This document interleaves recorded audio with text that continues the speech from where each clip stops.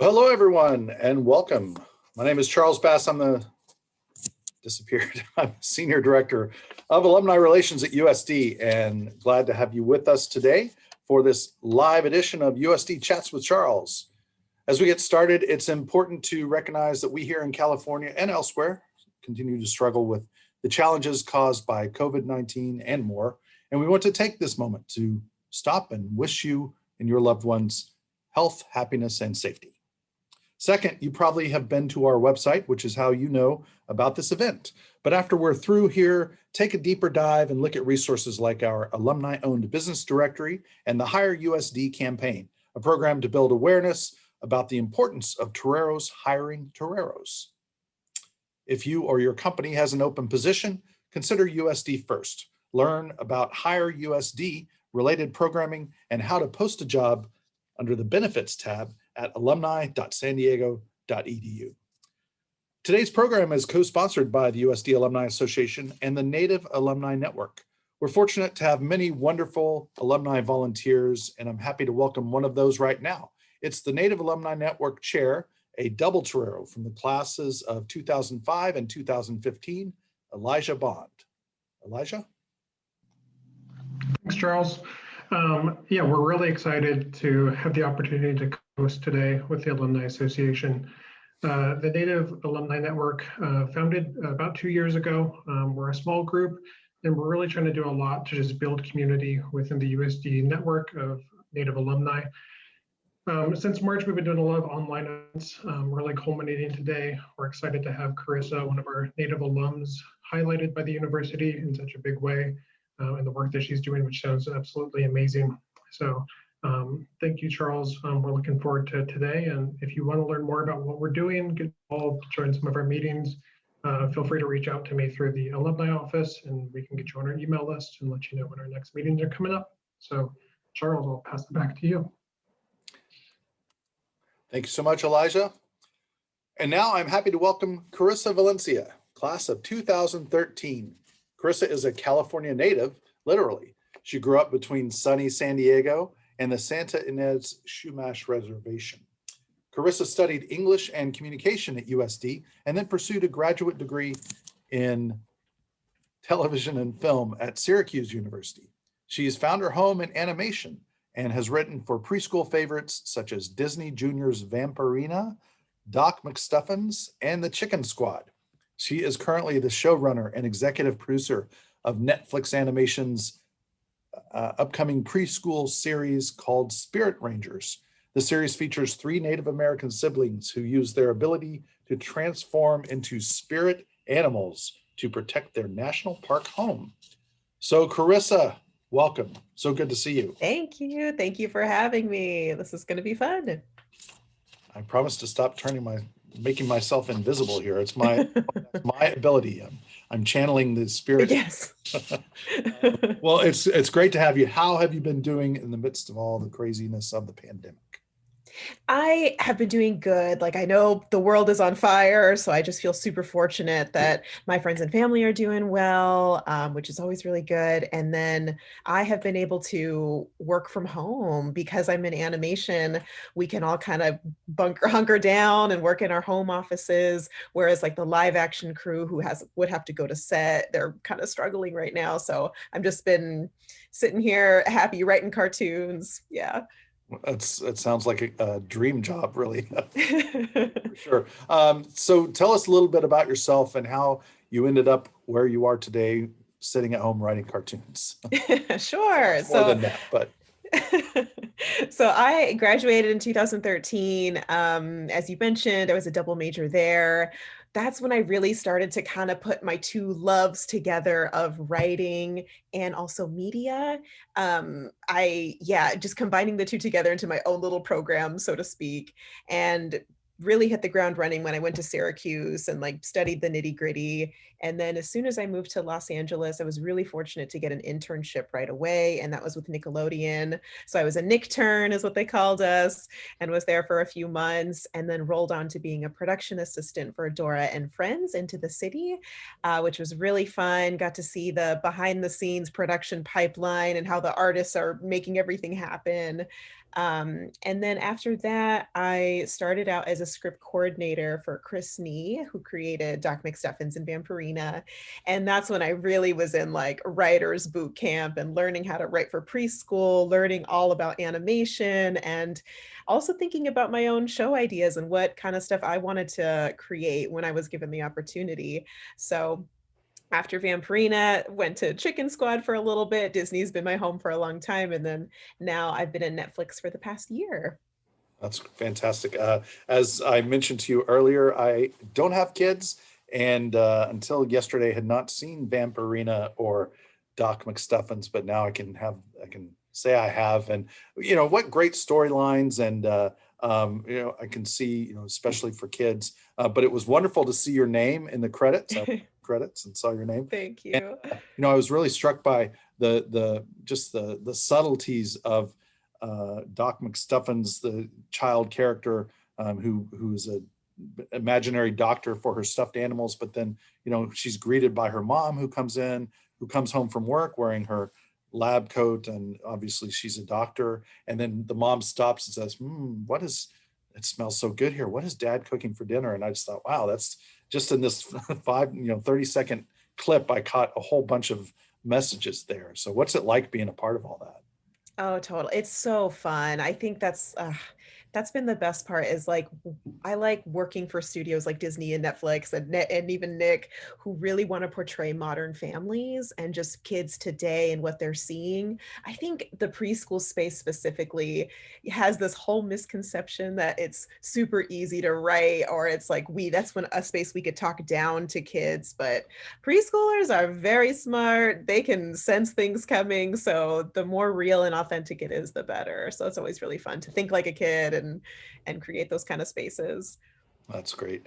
A significant part of your animation series, and what's it like when somebody says your animation series? It's Oh yours, yeah. Spirit I pinch Rangers. myself every time. Yep. Is the Native American component. So how has your Native American identity played into your writing?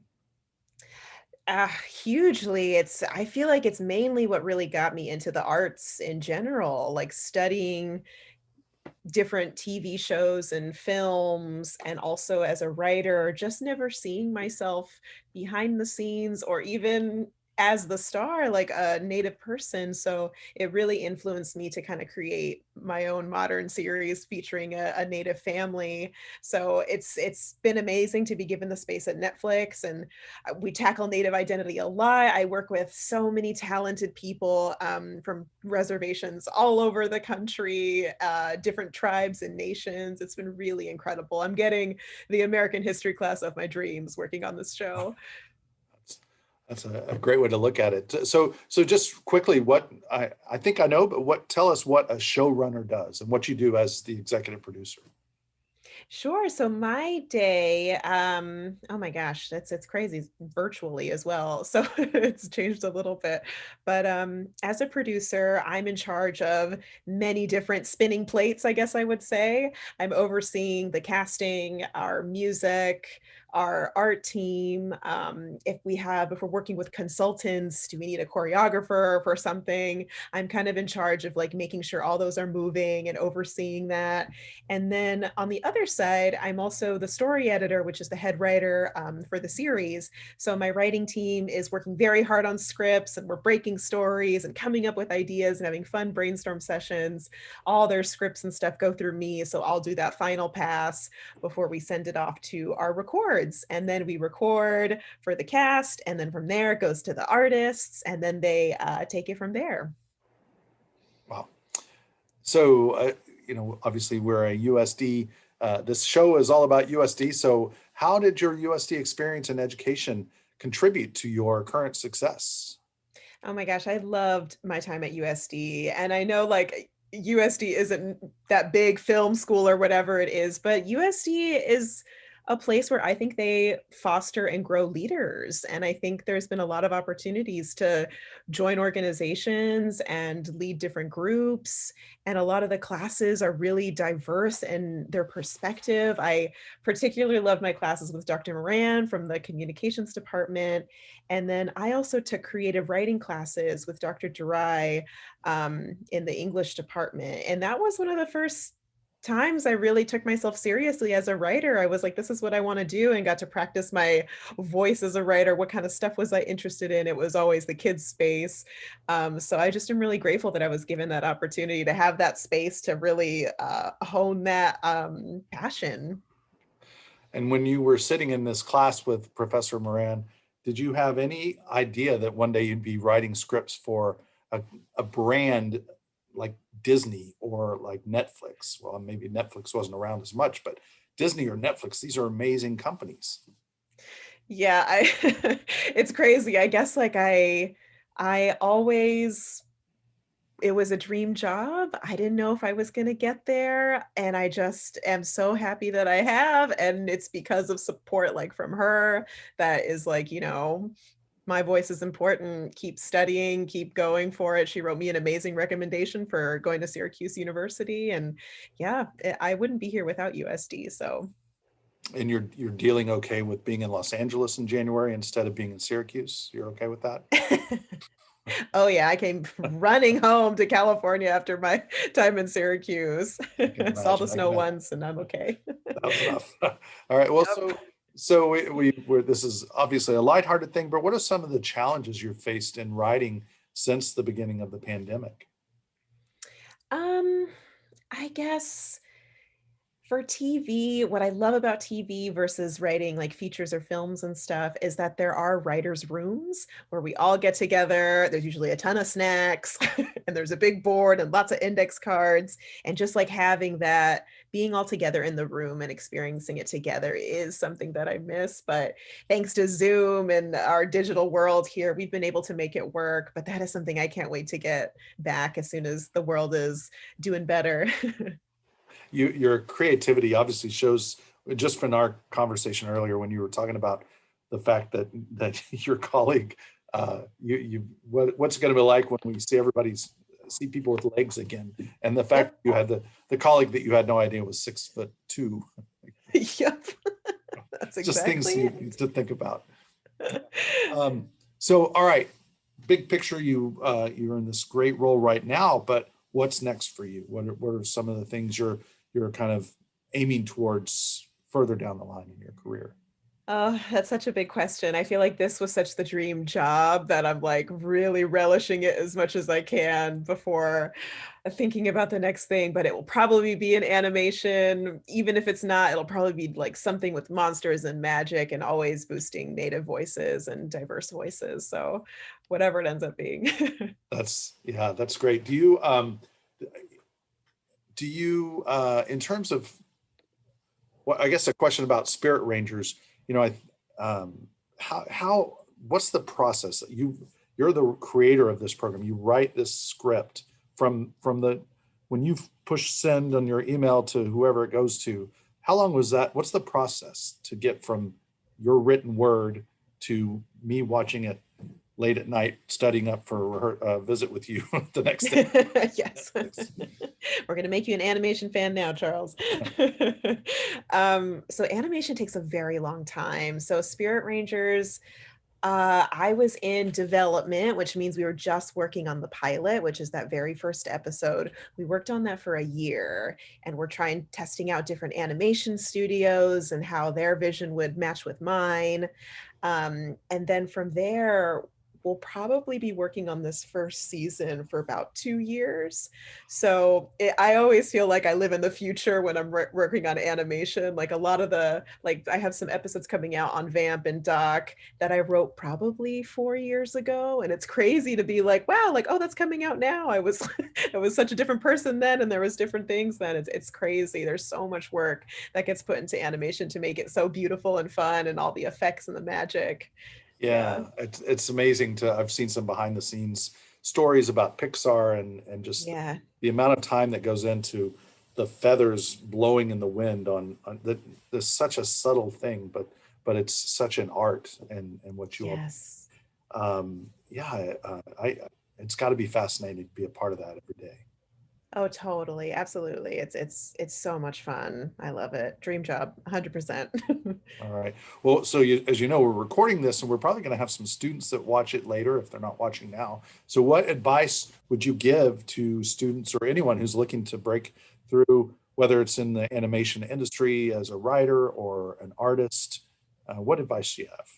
Yeah, so I think I guess a couple of things. I would say read scripts, write scripts. There's so many good resources out there, like the Writers Guild Library. I had never read a script before until I moved to LA, and they have a library that's free. You could read the script for Toy Story. You could read it for anything, Handmaid's Tale. Like everything is there. So I think something like that, really getting your hands dirty and getting in there. Also, there's tons of festivals and programs where you could apply for mentorships and internships. Like for the Native community, we have LA Skins Fest. There's also Latinx in animation. All of those kind of have a variety of programs. And at the same time, when you're doing all these things and doing your homework, you're finding your community. I think finding community in this crazy business is so important, to find those people that'll read your scripts, got your back, take those coffees, meeting with everybody. That's great. Were you a fan of animation as a child? Is that something that kind of helped motivate you? And if so, what kinds of cartoons were you watching? Oh yeah, I am a huge nerd. I think this whole thing started because I really wanted to draw for animation, but quickly found out I cannot. So but I'm still a storyteller and love writing, so that's kind of where that channeled. But I definitely grew up as a Disney kid. I also love superheroes and magic. So that's actually a lot of the inspiration for Spirit Rangers. They're like, the Native American superheroes, which is just super fun. And their magic is native magic. So I loved like Sailor Moon and Marvel. And yeah, that's what I was watching. And so when again will we be able to see Spirit Rangers? I think our projected date right now is probably 2022. That's all that Netflix allows me to say. But it's yeah, won't be for a while, but it's coming. We're working hard and we can't wait to show you. Oh, I'm so excited to see it. I definitely can't wait. All right, so the last couple of questions I have, and then we'll get to some audience questions. What book or movie inspired you, or person inspired you, and how or why? Oof, that's a really good question. I think, honestly, like, so I grew up as a Disney kid, as I mentioned, in the 90s.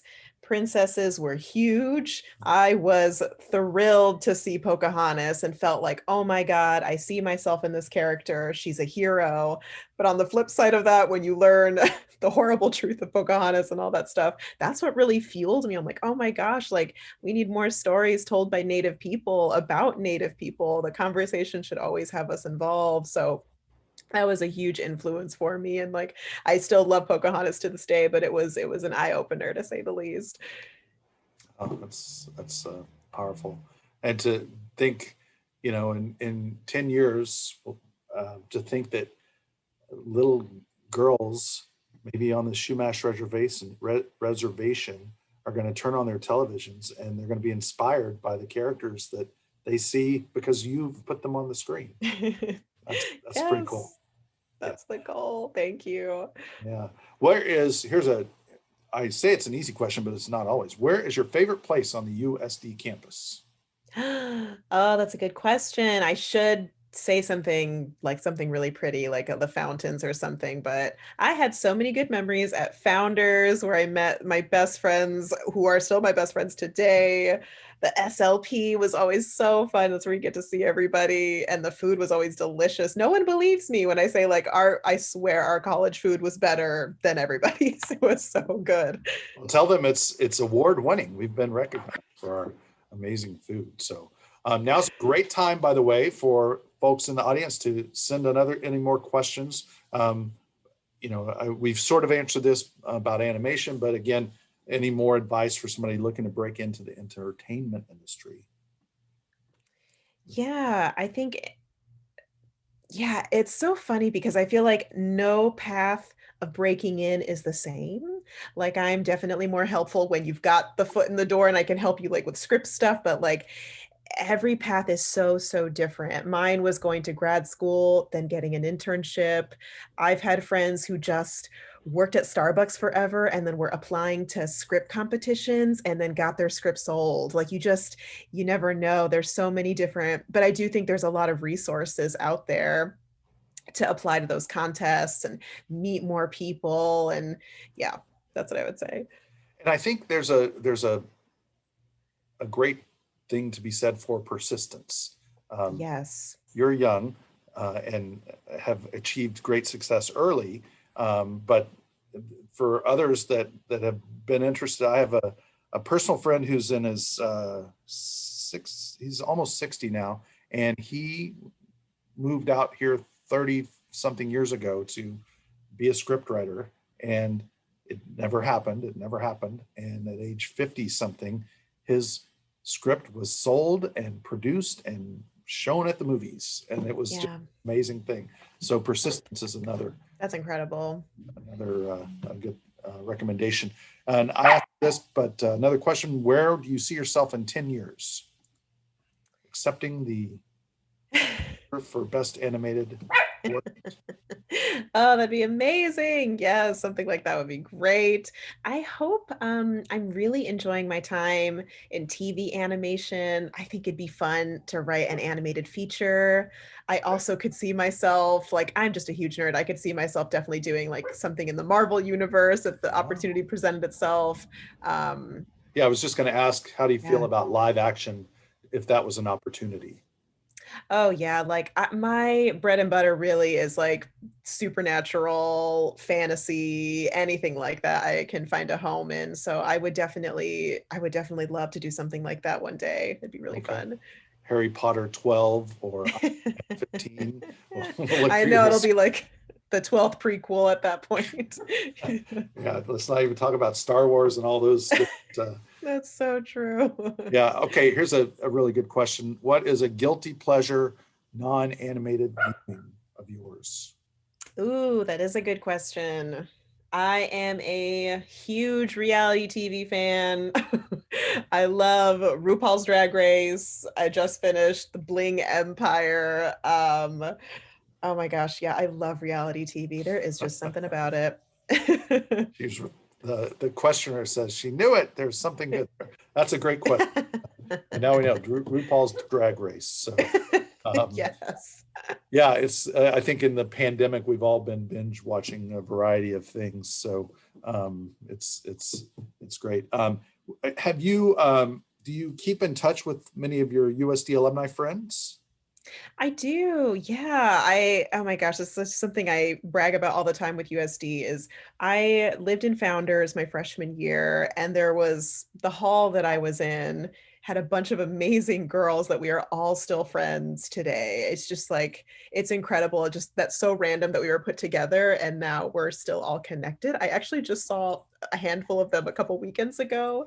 I was also in a sorority. I was in AKO, and I try and see that we pre-pandemic we used to have reunions once a year. I love them, and just I'm very lucky that I'm still in LA so I can go down to San Diego and visit if the opportunity comes. So yeah, it's great.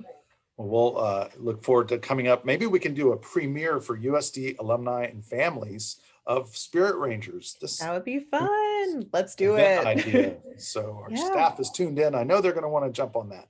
So Yes. let's see here. We've got a couple other questions. Oh gosh, this is a deep one. What are the morality tales that should be told after this last year?